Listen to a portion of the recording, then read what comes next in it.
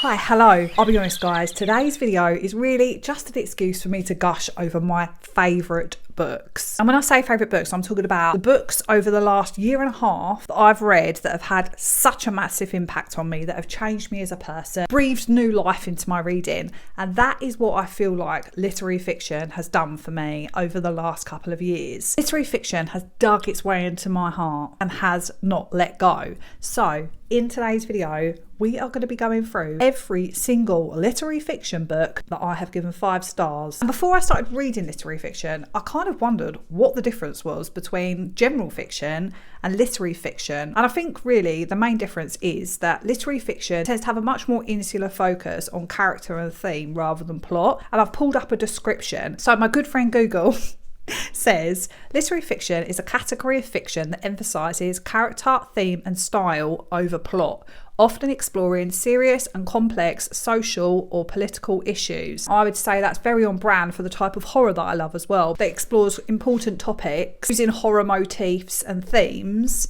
tend to work really well for me. And I've also compiled a list of all the 5-star horror books that I've read, and they do tend to fall in the literary category. So let me know if you want a part 2 for this and I'll make it happen. So without further ado, let's go through all my literary fiction recommendations. Also, hi, hello, if you're new here, I'm Natalie. I post twice weekly talking about books, recommendation videos, TBR lists, reading wrap-ups, reading vlogs. If that sounds like your kind of thing, please give this video a thumbs up and subscribe. I'd love to have you over here. All these books that I'm talking about, I've actually shelved them on my Goodreads as 5 lit fic. So, you know, if you don't want to take notes, then you can go look at my Goodreads as well after you've watched this video. So the author that kicked off my literary fiction era, if you will, is Fredrick Backman. I read the first 2 books in the Beartown trilogy, and when I tell you, this man knows how to write characters. His stories are essentially just following their day-to-day lives. Some dramatic things do happen, but I feel like that's not the main focus. It's more about how the characters in the book are overcoming things and how their stories intertwine. And you will definitely notice a theme here. Interconnected storylines with multiple point of views is 100% my jam, especially if it's in a small town or an isolated setting or somewhere cold. Don't ask me why. Do not ask me why. I live in the UK. It's definitely not Arctic. Well, feels like it at the moment. I didn't give that 5 stars, but a book from him that I did give 5 stars was Anxious People. And the book kicks off with a failed bank robber taking them all hostage. Talks about friendship, enduring in hard times, and definitely has some very heavy topics. I remember listening to this on a long drive back from, I think, Liverpool. I had to pull over at the service station and cry my eyes out. That's how much this book affected me. If I have a really strong emotional response to a book, that's what tends to lean to me giving it 5 stars. Do you find the same? I just think that's so powerful that words on a page can do that, you know? If you're looking to get into the literary fiction genre, I personally think that Fredrick Backman is a really good place to start. And that leads on quite nicely to my next book recommendation, which is All the Lonely People by Gayle. I would say that if you love Fredrick Backman, you're going to adore Gayle and vice versa. Their writing elicits similar emotions from me. They're both powerful. They both cover heavy topics, but in a way that's so relatable and just feels so human. So All the Lonely People is about a young lad that comes over from Jamaica, starts a life here in the UK, and it's following his past and present timelines. Present timeline, he's living alone, his wife's passed away, and his daughter lives in Australia. And he speaks to her on the phone every week, telling her all about his friendship group and his buzzing social life, which actually doesn't exist. Then one day his daughter says, "Hey dad, by the way, I'm coming back to visit you." And this is the story of him kind of working to remedy that. And the way that Gayle writes such multifaceted characters, the family is fantastic. And when I tell you, I nearly popped a blood vessel in my eye from how much I was crying at the end of this book. I'm not even exaggerating. I think I've got a video on my TikTok and my eyes were so puffy even a couple of days later. It is fantastic and I can't wait to read some more books from him. I have, what is it called? Half a World Away, which is going to be my next book from him. That one's about 2 estranged siblings that were separated when they were really young, and I think one of them's got a really great life and the other one hasn't.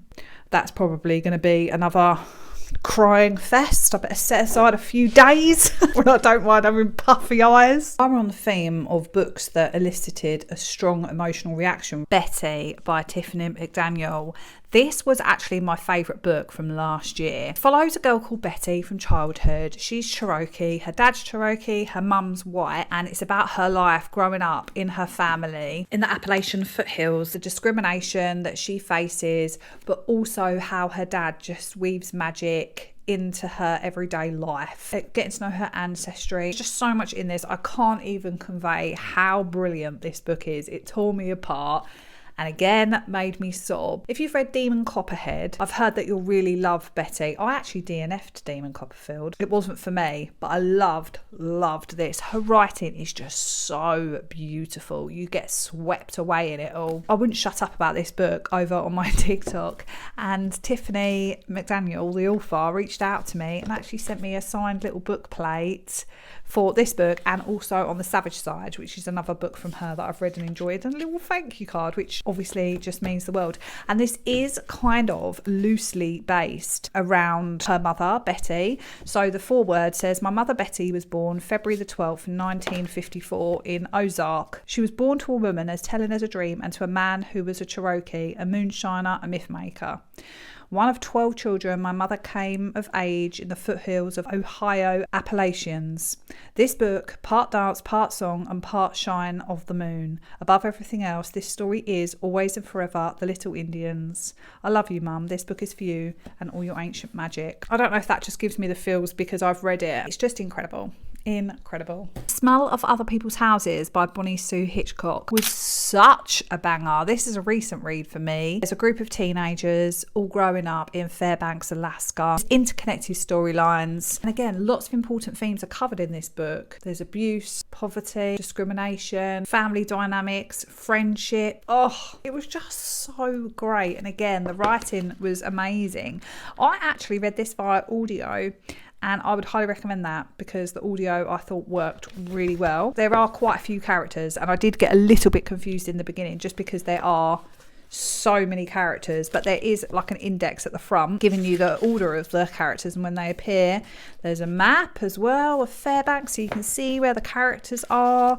And yeah, I just loved it. Oh, and this is historical as well because it starts off in the 50s. That's her debut novel, so I can't wait to read some more from her. If you like quiet fiction that kind of centres around maybe one or two characters or a very small community, then I would definitely recommend Claire Keegan. Her writing is insane. I mean, she has won the Booker Prize, and I started with Foster. It's 88 pages. You can read it in one sitting, but it packs a punch. It's about a young girl who's sent away to live on a farm with, I think, some distant relations. It was a little while ago since I read it. And it's kind of looking at the complexities of familial relationships and the kind of things that you would like to think most children experience as a given. Just poetic. I loved that one. And then I read Small Things Like These. This is about is he a coal miner? No, he's a timber merchant. This is about a guy who's a timber merchant and he has to do a delivery, I think on Christmas morning. It's around Christmas time anyway, over to the nuns' convent set in a small Irish town. He sees a young girl there that's clearly distressed and he has to decide whether to wade in, disrupt his own life or turn a blind eye. It's just incredible, so impactful. Another short read. I don't know how she does it. I don't know how she packs so much into so few pages. I would recommend tandem reading it with the audiobook like I did. Speaking of small and powerful, I Have Never Known Men by Jacqueline Harpman. This author's from Belgium and this novel's translated from French. The foreword is actually very interesting and it does set you up for what to expect from the book. Do not expect any kind of answers once you've finished it because you will be left with more questions. This essentially is about 39 women and one girl that are trapped in a cage underground when one day a buzzer goes off and they're released into the world, but they're not sure if they're even still on Earth. This is just so powerful, so bleak, kind of just leave you reeling into an existential crisis after you finish it. I don't read very many classics very often. However, I've read a couple, and one that stands out to me is A Yellow Wallpaper by Charlotte Perkins Gilman. This is such a short read about a woman who is slowly driving herself insane by staring at the wallpaper. This has a lot to say about women's mental health and how we were treated postpartum. Fantastic early piece of feminine literature. Loved it. Speaking of being inside a woman's mind, All's Well by Murata is extremely unhinged. A woman called Miranda who has a chronic pain condition, and one day she goes into a bar, meets 3 men, and then all of a sudden all of her dreams start coming true and other people around her seem to be suffering, and I think she kind of likes it. Mona Awad's writing is not for everyone. It's definitely more on the weird girl lit fic side of things, but I don't think it's too weird. I think a general audience can enjoy this. I love the kind of magical realism that Mona Awad sprinkles into her book. Highly recommend this one. Obviously I loved Bunny too. I do feel like All's Well is one of her underrated books. Convenience Store Woman by Sayaka Murata. I don't know what it is about this book, you know. I just found her narrative voice to be so addictive and so engaging.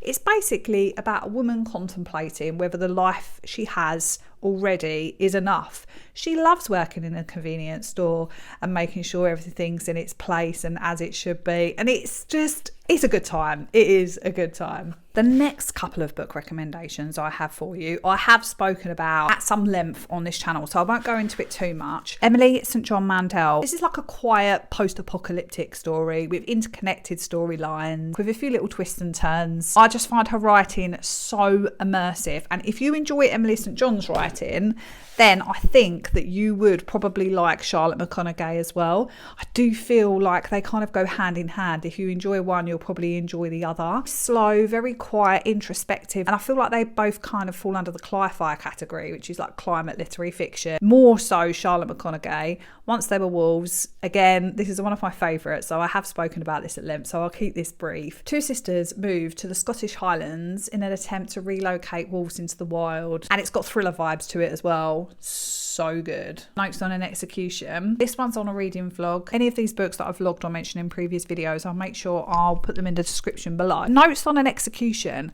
This was so good. I had such a great time reading this. Centered around a guy who's waiting on death row to be executed, and it's counting down in hours, and follows the impact and the ripple effect that his actions have had on the people around him by getting the stories from the women who have been involved in his life. It's just so good. It was so impactful. I could not put it down. I think this would be classed as like a literary thriller, but it's definitely more on the literary side. You're not going to be like on the edge of your seat, but I just found it fascinating. This was a lot of fun. 2 girls were friends in college. One of them got married and now has stepchildren that spontaneously catch on fire. And the other one is kind of not really having a great time. When she's asked to go and help the friend with the burning children, she agrees. And it sounds really silly, and I guess in theory it is, but it feels serious. And I just had a great time. I feel like he wrote from the female perspective really well, actually. Just her kind of navigating her relationship with the twins and their friendship. I do have another one from Kevin Wilson on my TBR because I enjoyed that. I love that when that happens and you find a new author to read from. And the final book that I want to talk about for this video, which I highly recommend, is Nesting by Roisin O'Donnell. This book caught me off guard. It was so powerful. It's not in your face traumatic. It's a quiet but really profound look at the insidious nature of psychological abuse. A young woman with her children hanging the washing in the garden when she decides to leave her husband, and it's basically her trying to get away. It's not full on action. Obviously there are some very tense moments. I just feel like it was such a realistic portrayal of this situation, and I listened to the audiobook and it was just such a great way to enjoy it. The narrator's Irish as well. This is an Irish author, and I thought it was really impactful, but the kids' voices were really annoying. The accents obviously were fantastic, but the kids' voices were quite gruff, so I know that would definitely put some people off. So just be wary of that. Maybe listen to a sample before you buy it. But this is all the literary fiction that I have given 5 stars and absolutely loved over the last year and a half, I would say. It's how long I've been reading literary fiction for. It's now become kind of like my go-to reading choice. Let me know if you've read any of these or if you've got any book recommendations that you think that I'll love. And I hope that if you pick any of these up, that you enjoy them as well. But thank you very much for watching. I hope you've enjoyed today's video. If you have, please give it a thumbs up and subscribe. I'd love to have you over here. But until the next one, I'll see you again in another one soon. Bye.